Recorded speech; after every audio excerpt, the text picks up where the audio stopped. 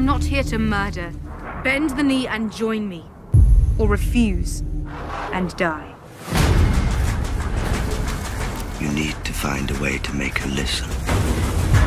Whatever stands in our way, we will defeat it. Bran saw the Night King and his army marching towards Eastwatch.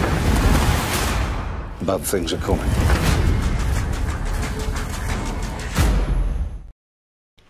What's going on, guys? Noisy Boy here, and I'm going to be doing a trailer breakdown and predictions for Game of Thrones Season 7, Episode 5.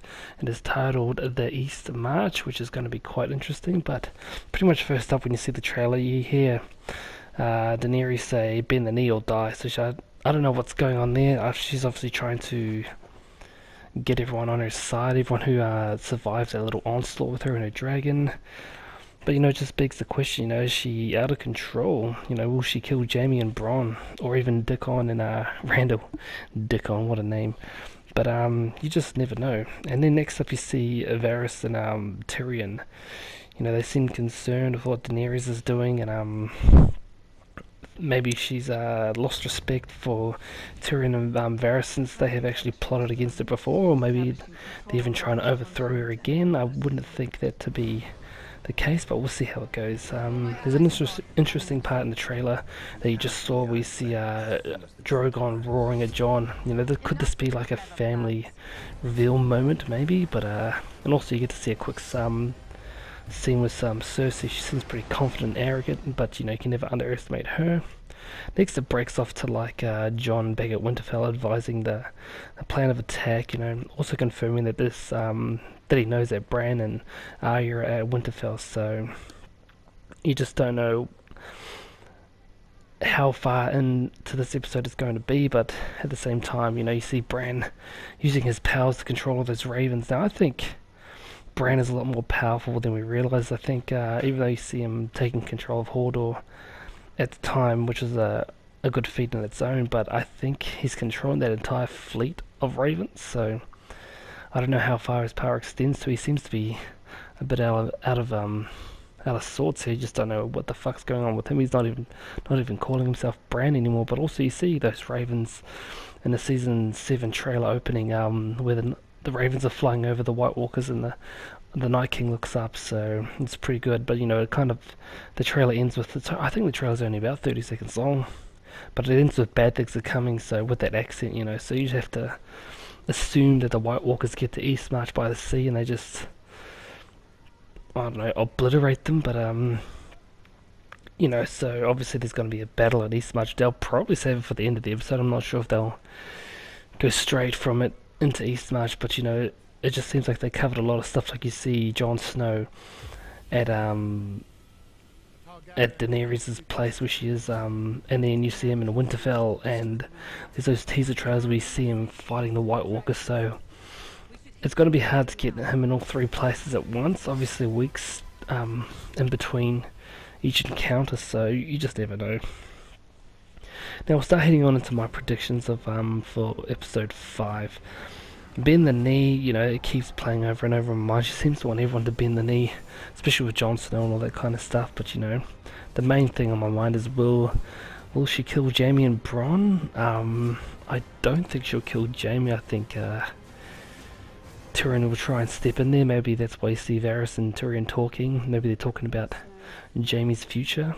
Bronn, I'm not quite sure about Bronn. I do like him. He's one of my favourite characters right now, but he did use that scorpion to hurt Drogon, so maybe she'll melt his ass into putty. But even with the fates of Dickon and Randall Tarly and their army, obviously want them to bend the knee, but I think Randall will be too proud to bend the knee, and Dickon will just be too scared to do whatever. So I think my predictions is that maybe they'll both die in the next episode, just as used as an example.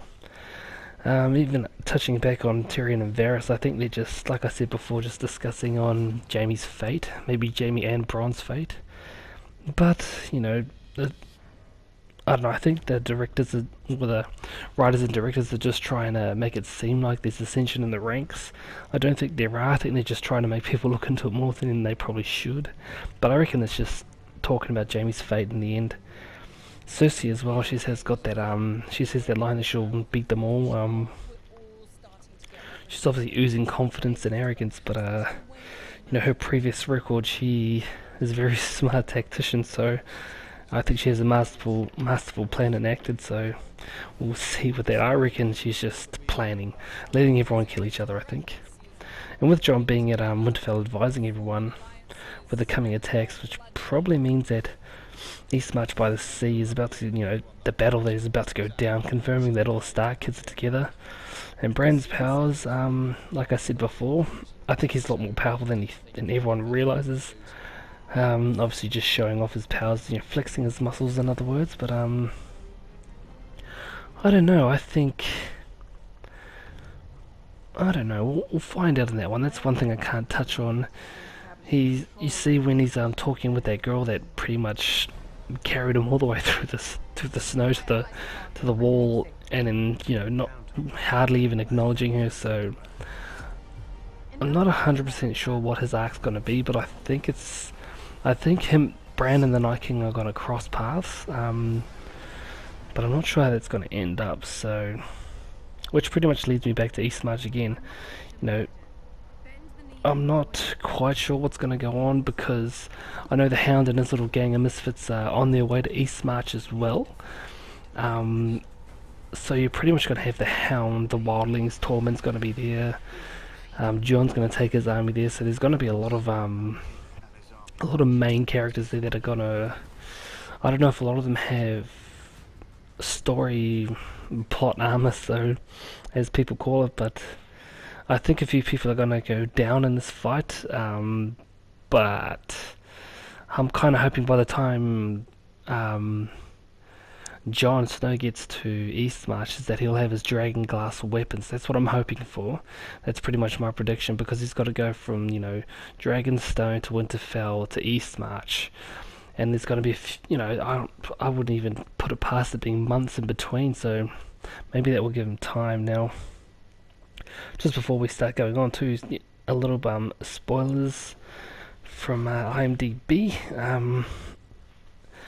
IMDb pretty much revealed the cast for episode 5, which they do every time, and you know, there's a couple of notable additions like Jorah Mormont being there, you know, obviously being cured from his grayscale, and you know, the Hound obviously being there with his group of dudes.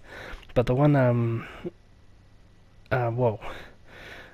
the one I think is gonna be, well, which they revealed actually, was, haven't seen him since I think it was season 3, maybe 2, I'm not sure, was Gendry. A lot of people had actually forgotten about Gendry. He's the bastard son of Robert Baratheon, you know. The last time we saw him, I think Sir Davos gave him like a little paddle boat to get away, but you know, how this is going to work in, he's obviously a smith by trade, so maybe he'll be crafting some of the dragon glass, because he's actually he's not at Eastmarch, he's not at Winterfell, he's actually at Dragonstone place, so maybe I think he was there with Stannis and Sir Davos last time, so maybe he's there to maybe craft some dragonglass weapons, armor. But the one thing I want him to do, is I'm hoping that he'll do, is make some dragonglass armor for Drogon and the other dragons. How sick would that be if he could do that? He's obviously, like I was saying before, he's a smith by trade, so maybe he's actually quite a good smith too. But hopefully that all happens. So that's pretty much some of the what I think is going to happen. Hopefully, well, the thing I like the most about this TV show is that for some reason I can't predict anything properly, but those are my predictions, and I'm kind of hoping I'm on the nail here, because with Gendry being added in again after so many, you know, seasons away, I was actually talking about Gendry when we were watching episode 4, saying that where's this Baratheon kid gone, but I don't know how it popped up, I can't remember. Oh, that's right, because I thought that squire that Brienne's with was him, and they just changed the actors, but he wasn't, so it's all coming to a head at Eastmarch. It's episode 5, I think there's 10 episodes, maybe 13, I can't remember, but those are my predictions, guys, and that breakdown of the trailer. It's episode 4 was just an 11 out of 10 for me. It was just bloody awesome with Drogon and Arya. Man, it's just so cool. Well, anyway, guys, I'll just leave it there. I won't go on too much about it, so please, I would like to hear your comments in the comment section below about the predictions I have for the next episode. You know, hopefully my predictions are pretty close, but we'll see. If best case scenario, they're all on song and I'm just a god when it comes to predictions, but it's highly unlikely. But I'd like to hear your what you think of my predictions and your own predictions in the comment section below.